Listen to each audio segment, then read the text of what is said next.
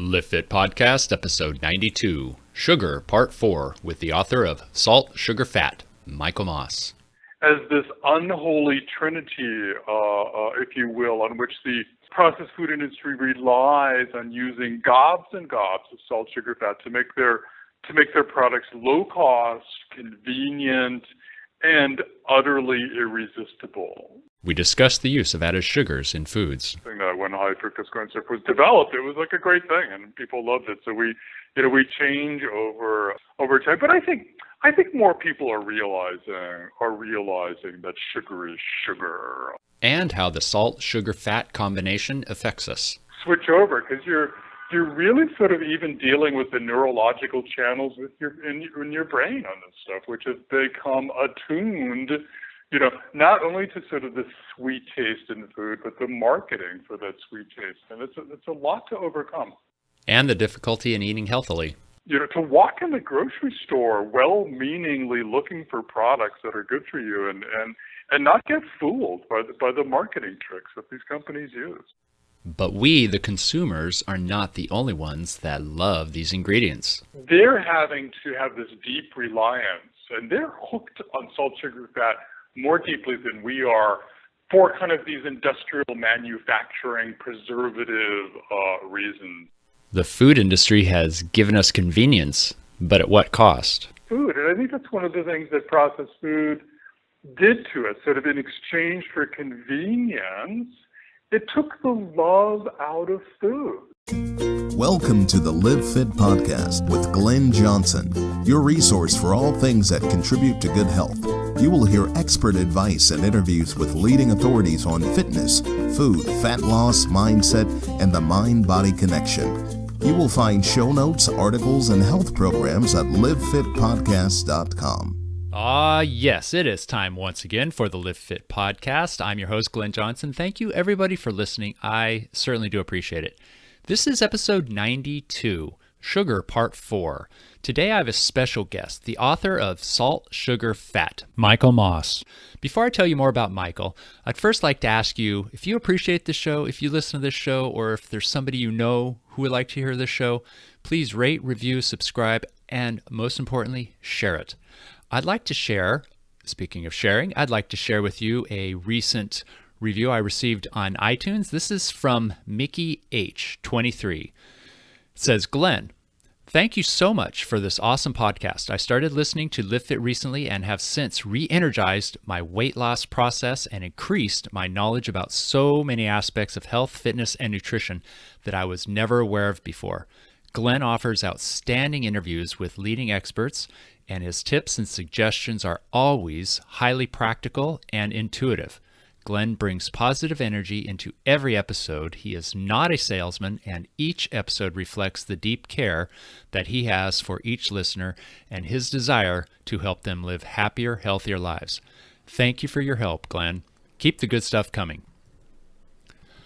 Well, thank you, Mickey. I really do appreciate that. I appreciate the kind words, and I'm glad you mentioned that I'm not a salesman, because I really don't want to come across that way. And yes, I do have some programs, and I'm a health coach, and I certainly do use this with the intent that people will get to learn about me, and like me, and trust me enough to let me help them with their weight management, health improvement goals.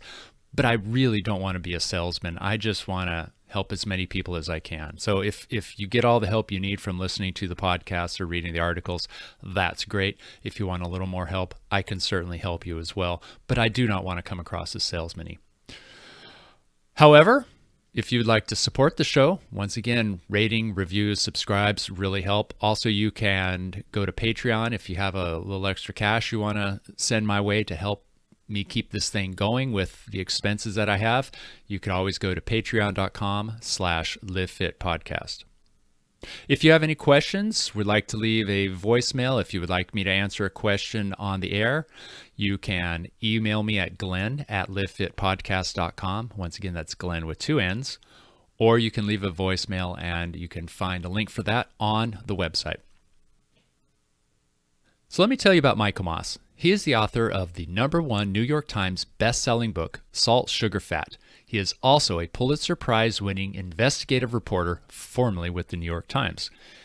In his book, Salt, Sugar, Fat, he takes us on an eye-opening journey deep inside the food industry and shows us the research, the marketing, and the strategies that the CEOs use to seduce us to buy their products. Moss shares the creative ways that the food manufacturers use the science of human behavior, biology, and marketing to hook us. He shows us how food marketers get consumers to buy, often in the expense of their health. And I am pleased to have Michael Moss here on the show with me today to tell us the inside story of salt, sugar, fat, how they relate with each other, and how it affects our buying willpower. Michael, how you doing? I'm fine, thank you. It is really, like I said, an honor to have you on the phone, and I'm really thrilled that you're willing to take the time to talk to us about this. But I understand why you would want to, because it is such an important subject, and humans, well, we have to eat. And there's been a lot of controversy, well, for my entire lifetime anyways, so that's going back for 40 plus years, of what is the right thing to eat and what shouldn't you eat, what should you never eat, what should you eat a lot of, and all these things. And there's so many experts out there, and you're one of them, and you've sort of targeted the food industry and the processed food industry with this combination of salt, sugar, and fat. Can you tell us a little bit about that, like maybe how you got into that, why you went that direction? Well, I was writing about contamination in the food, especially things like E. coli and undercooked hamburger. And one of my best sources in the meat industry said to me, look, Michael, as tragic as these episodes of contamination are, you really should take a look at the stuff that my industry is intentionally adding to its products, over which it has absolute control. He was mostly concerned about the salt in processed food, but that led me to look at sugar and added fats as this unholy trinity, if you will, on which the processed food industry relies on using gobs and gobs of salt, sugar, fat to make their products low cost, convenient, and utterly irresistible. So that's what I did. I took a look at just how the industry hooked us on their food, especially using those three pillars. Now, it sounds to me like you're saying that they do this intentionally to hook us rather than for taste or flavor. Yeah, I mean, there's a very fine line, and the industry will argue that, it pulls back from the line of intentionally causing people to overeat. And that's really the issue. There's no problem with salt, sugar, fat. I mean, it forms a good part of my diet. In a way, it's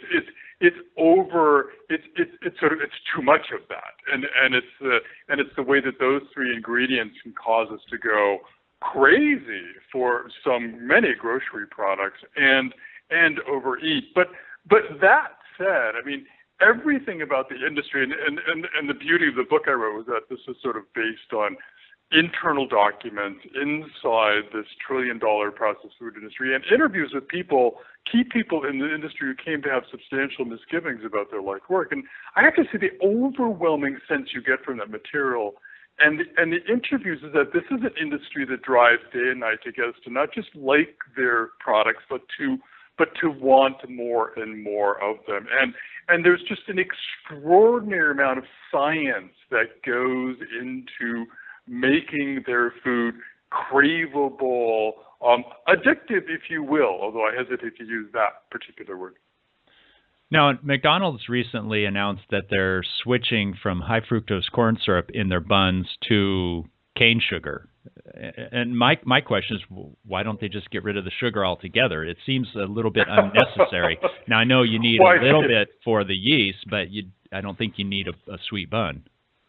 Well, I mean, one of the things with sugar that I realized too is not just that the industry's sort of bench chemists, their food designers have perfected the amount of sugar in things like soda or cookies or ice cream, things we know should be sweet. They have marched around the grocery store adding sugar to things that didn't used to be sweet before. So now something like 75% of products in the grocery store have added sugar. And what this does is sort of, encourage us to have expectations that everything we eat should be sweet, which is a real problem, especially for kids who are hardwired for the sweet taste. And when you drag them over to the produce aisle and try to get them to eat more of those things every dietitian says we should be eating more of, broccoli and Brussels sprouts, things that might have some bitter notes to them or sour, you've got rebellion on your hands. And I think that answers the question for why McDonald's can't actually feels that it can't take the sugar out of the bun is the taste profile. We've come to expect sweetness even in bread. So they kind of shot themselves in the foot. Once they started, they have to continue it, or else people will stop buying their products. Well, they're in a real between a rock and a hard place now. There was this fantastic meeting.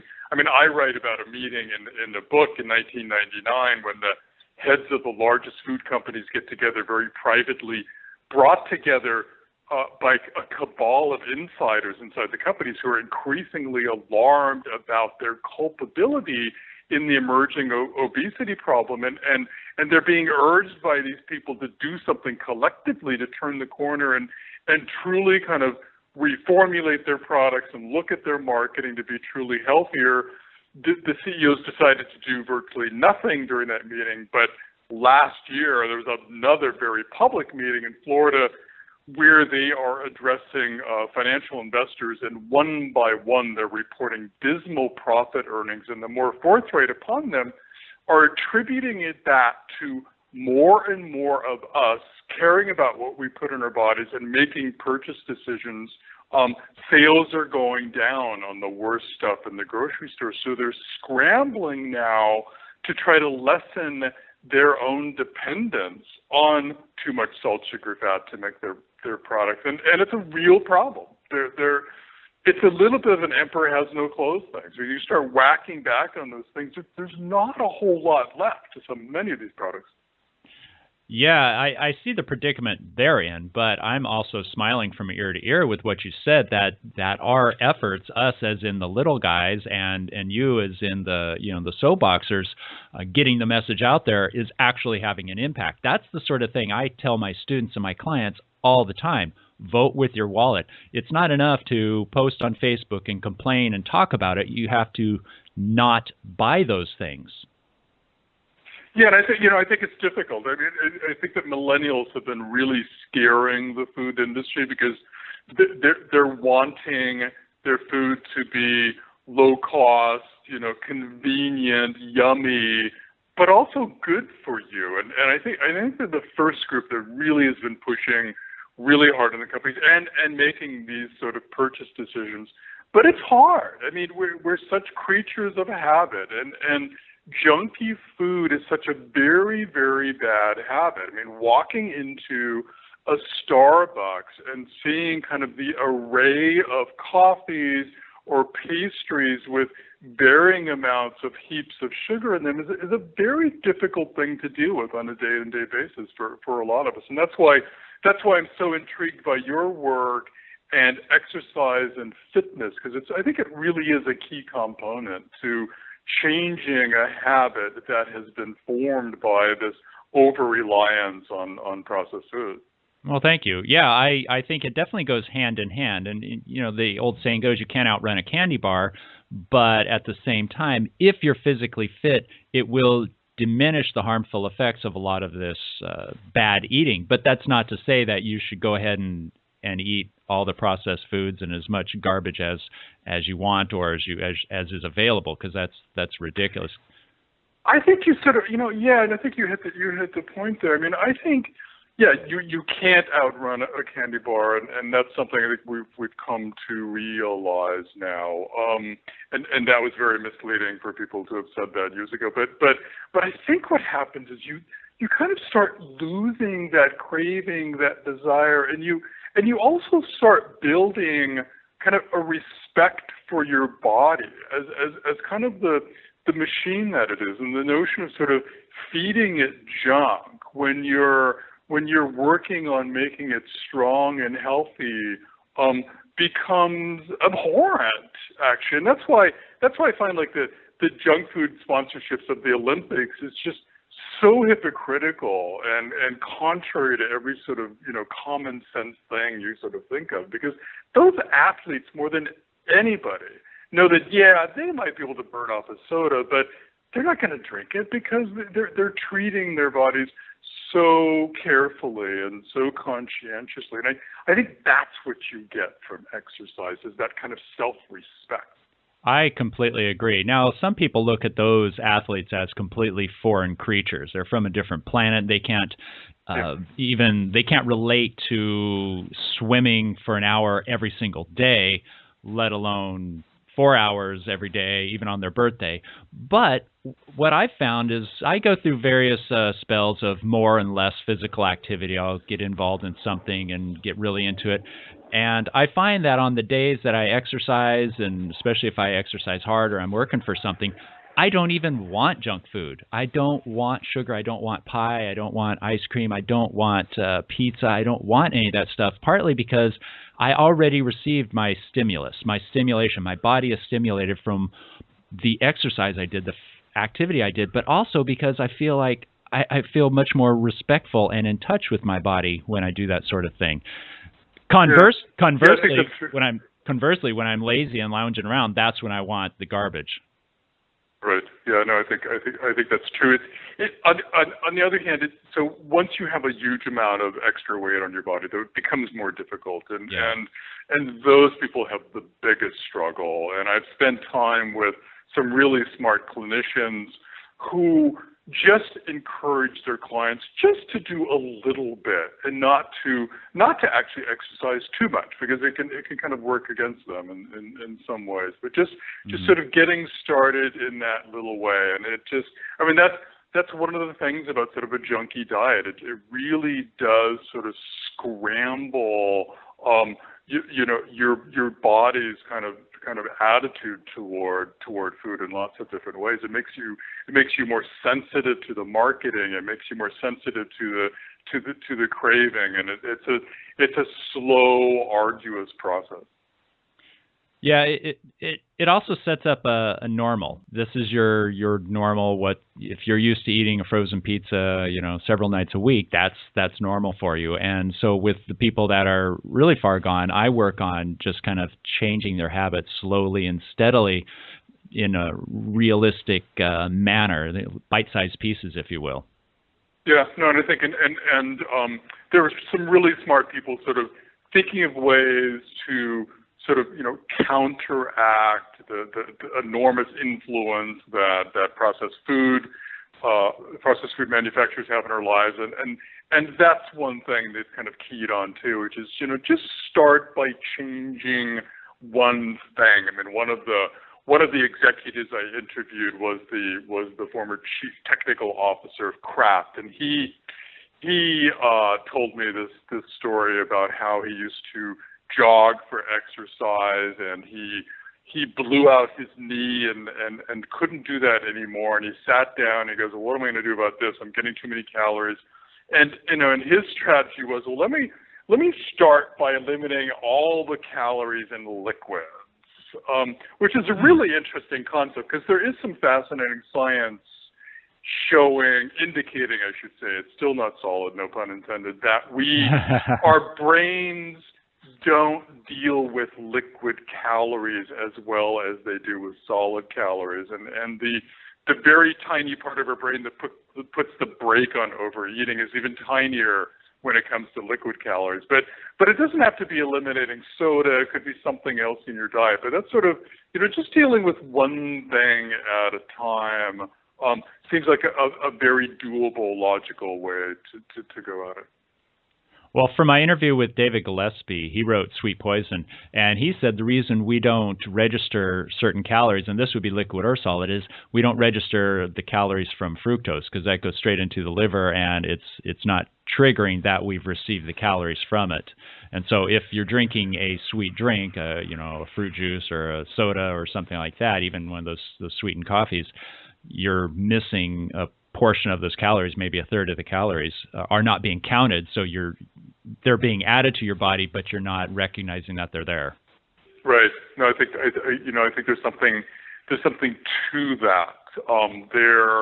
Look, I mean, we evolved for so long without getting calories from liquids, and so it seems logical that the systems we have in place to detect calories in what we're eating, which is kind of necessary because we have to know how much to store, how much to burn, relate more to solid food than they do to liquid foods or maybe in the case of sugar. I mean, I'm of the belief that you mentioned companies shifting from high fructose corn syrup to table sugar.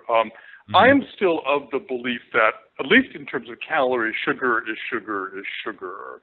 And maybe you're going to get, a smidgen of extra health benefit from honey in the micronutrients that are in there. But this sort of notion that you can switch from corn sugar to beet sugar or cane sugar is I think misguided and an exploitation of sort of the science on the part of the food companies, who are just trying to put our minds at ease by changing the name of the sugar.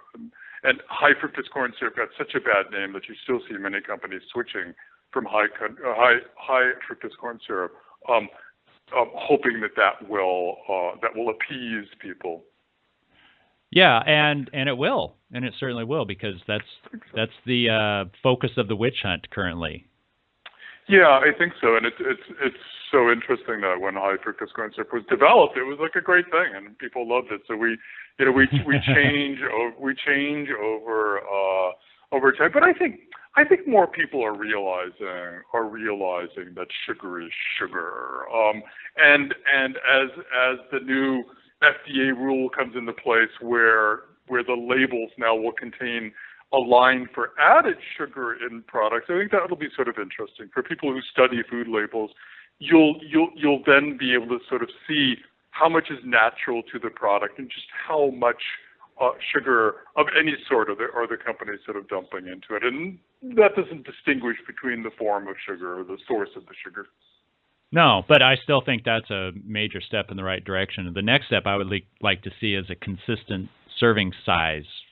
Maybe, beverages of one sort could be one size, and, cereals another consistent size across the board. Because looking at a box of cereal, you see a serving size as quarter cup, a half cup, a 3/4 of a cup, and, you look at one, and if you're not really looking at that very top line where it says serving size, you might think one cereal is great when in fact it's equal with another one or maybe even worse. I spent a chapter writing about Kraft because at the meeting I mentioned in 1999, the leader of that cabal of insiders who were concerned about the culpability of the processed food industry in terms of not just obesity but diabetes and gout and even several types of cancers that seem to be connected to junky diets, walked away dismayed, but he managed to convince Kraft to sort of strike out on its own and do some things to be responsible to sort of needs of consumers.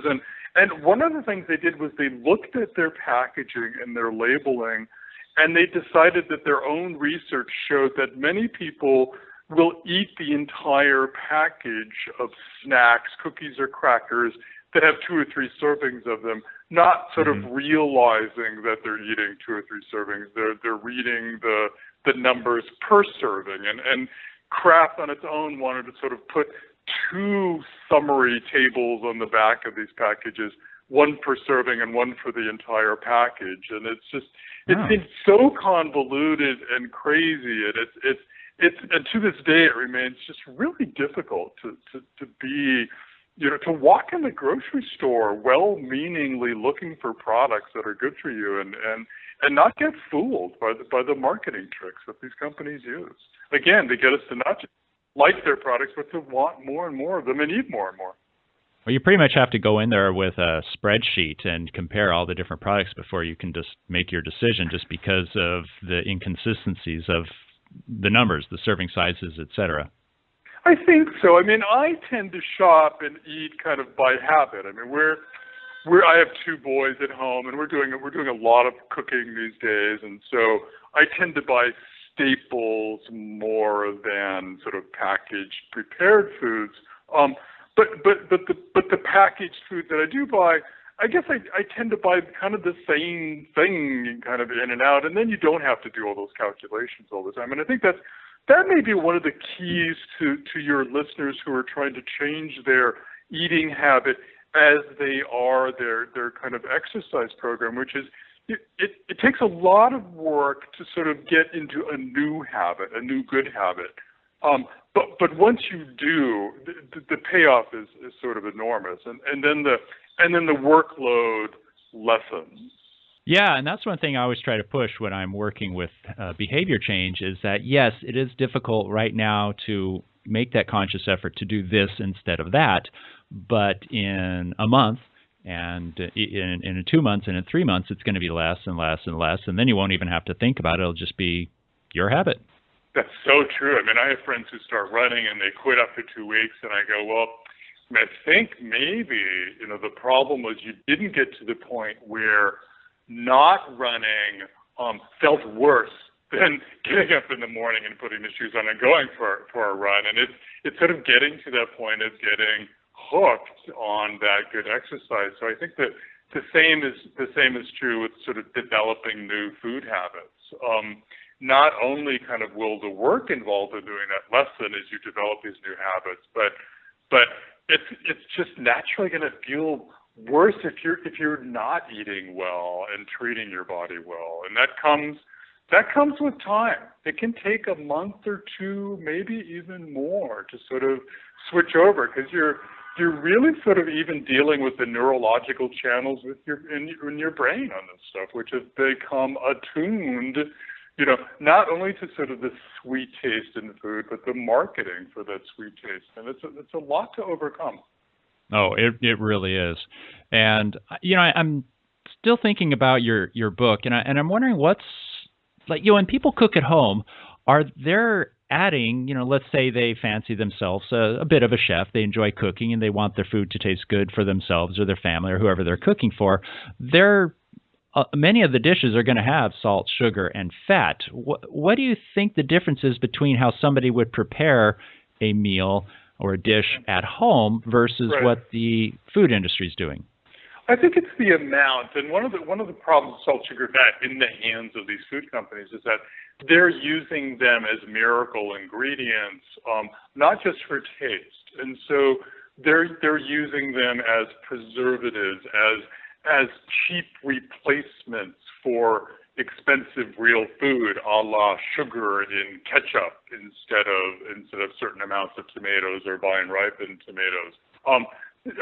They're using them kind of for the manufacturing process, so salt and bread to keep the machinery lubricated and the dough not sticking. So they're having to have this deep reliance, and they're hooked on salt, sugar, fat more deeply than we are for kind of these industrial manufacturing preservative reasons. And so that's why when you make a pasta sauce, I mean, maybe you want to add a pinch of sugar. I do because my mom did, and so why wouldn't I?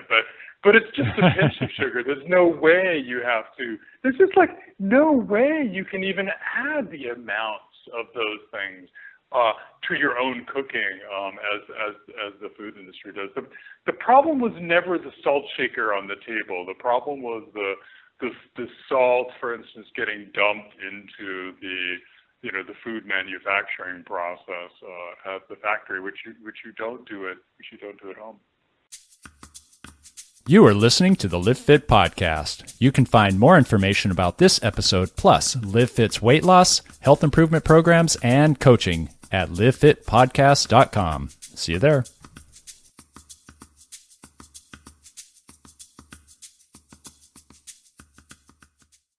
I mean, that said, I mean, again, sweets are sweets, and if you're going to make ice cream at home. You're going to make, although there's another example, you can actually use less sugar even in sweet desserts, and they're still yummy. And so the beauty of cooking too is that it sort of becomes your ally in helping you dial back on those ingredients and your own dependency. So basically you're saying don't eat processed foods. Yeah. Cutting back on the worst of the processed foods is probably a really good thing. That, along with eating mindfully, paying attention to what you're eating, exercise, of course, but yeah, to the extent to which you can, cooking, preparing your own foods more and more is, I think that's really key if you're looking at weight, if you're looking at any aspect of health. Now, I completely agree with you, Michael. The problem I see is what I've heard many times from people tell me they don't like to cook, they don't know how to cook, maybe they don't have the knowledge or the kitchen or the space to cook. Do you have any kind of ideas? Boy, that's really tough, and I think they have to want to change. I mean, if you don't want to cook and that's just completely out, and you're going to sort of remain reliant on processed foods, then it's going to be some labor on your part to sort of be able to walk in the grocery store and find things that are actually prepared and still good for you. But I think people actually are open. I mean, many people are open to wanting to cook, and if it does seem onerous to you and too much of a chore, you start out simply. I mentioned spaghetti sauce. I mean, that may seem complicated to people, but you take a little bit of oil and a little bit of garlic and toss in a can of tomatoes, and in 5 minutes, and a pinch of salt and a pinch of sugar and whatever basil you might have sitting around, but that's not even necessary. And in 5 minutes, you have this incredible tomato sauce. It's actually less expensive than the jarred sauces without the added sugar and the massive amounts of added salt that are in those. So there's lots of, and I think you'll just feel better. It'll help you fall back in love with food, and I think that's one of the things that processed food did to us. Sort of in exchange for convenience, it took the love out of food, and the love part is preparing it, sitting down with your friends and family. Hey, this is something that I made. I mean, and that's something far different than the prepared packaged stuff we get in the supermarket. Well, what I'm seeing from people is not so much a love of food or the process of making or eating it or the sharing the meals, but I see a living to eat type attitude. And they see the commercial for, I don't know, Pizza Hut or Taco Bell, their latest concoction from their laboratory, and they are drooling. They cannot wait to taste it, and they will overeat, and they go to all you can eat places, multiple times per week, and that's really scary to me.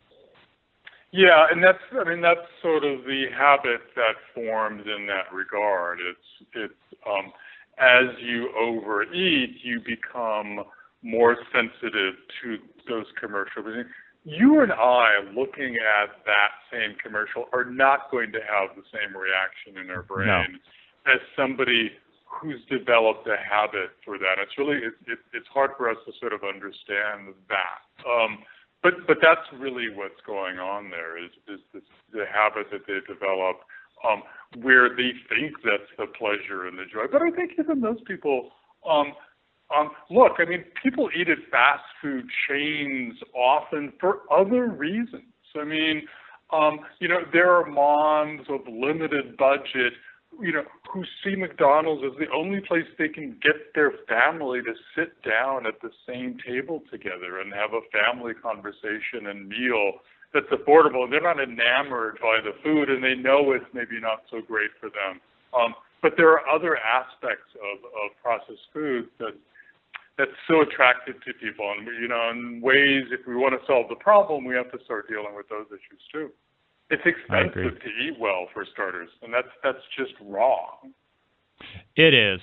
There's ways around it, like skipping the organic stuff and going for some things that people don't tend to think of, like, rice and beans. And you can buy food that's at lower cost stores than the Whole Foods and all those, really glamorous ones. But yeah, it's still fairly expensive depending on what you want, especially if you want a healthy cut of meat. That's very difficult to find at an affordable price.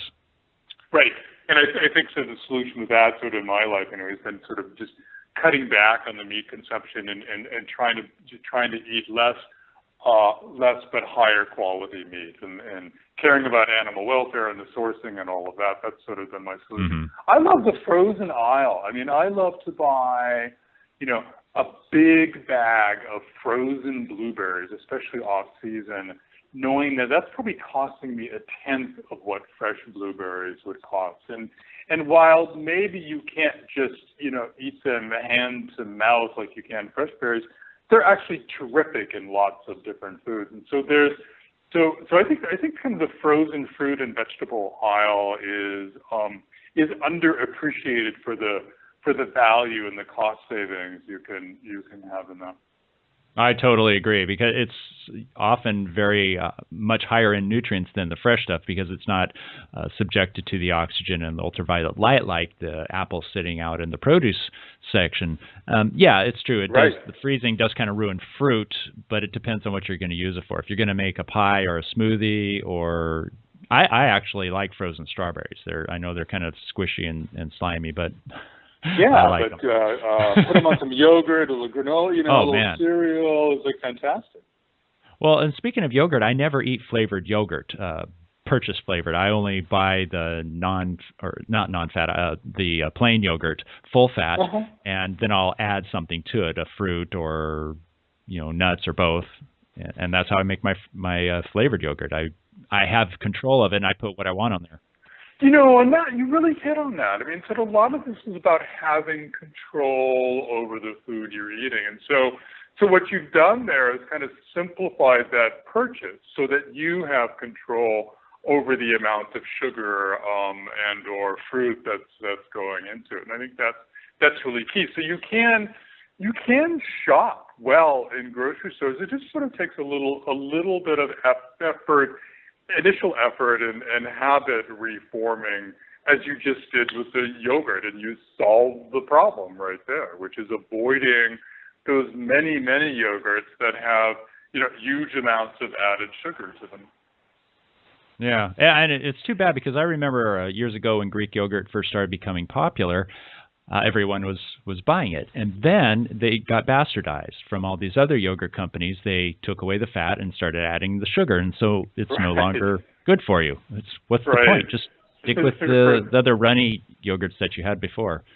Yeah, we had a real problem with fat. There seems to be no question that, and I attributed this to the food industry sort of running with the fear of fat that people kind of develop, and as you say, replacing fat with sugar, which was probably in none of our interests. No, I really don't think it is. So yeah, just those little things. People are so used to the convenience, they don't want to think. They don't know how to think about what to eat. The plain yogurt and adding fruit to it is not a very difficult or process. It didn't take me long to think of that, but a lot of people don't think of things like that. They're just like, well, there's yogurt and it's strawberry. I like strawberry, and yogurt's supposed to be good for you. I'll buy it. We've had this battle in my family where my wife likes to give the kids little individual servings of yogurts, and eventually she came to realize that some brands are as sweet as ice cream, and I would say maliciously, you might as well just be giving them ice cream, and so she's cut back on the sugar. But I mean, in my ideal world, we would just buy tubs of yogurt and let them spoon that out into a bowl and add, whatever fruit they wanted to. thinking that there's no way they're going to get to the sugar amount that's in the prepared version. But at least they can have control of that. But there's that convenience factor. It still is easier to plunk down one of those little containers in front of them and say, hey. And plus, they've developed a habit now of wanting that. So it's a family issue. It is. I go through the same thing. And, like those little single servings are really convenient for lunch. You just put it in the bag for lunch and be done with it. Whereas if you're doing that with plain and then the fruit, you have this container, and it's not prohibitive, but it is a little more work.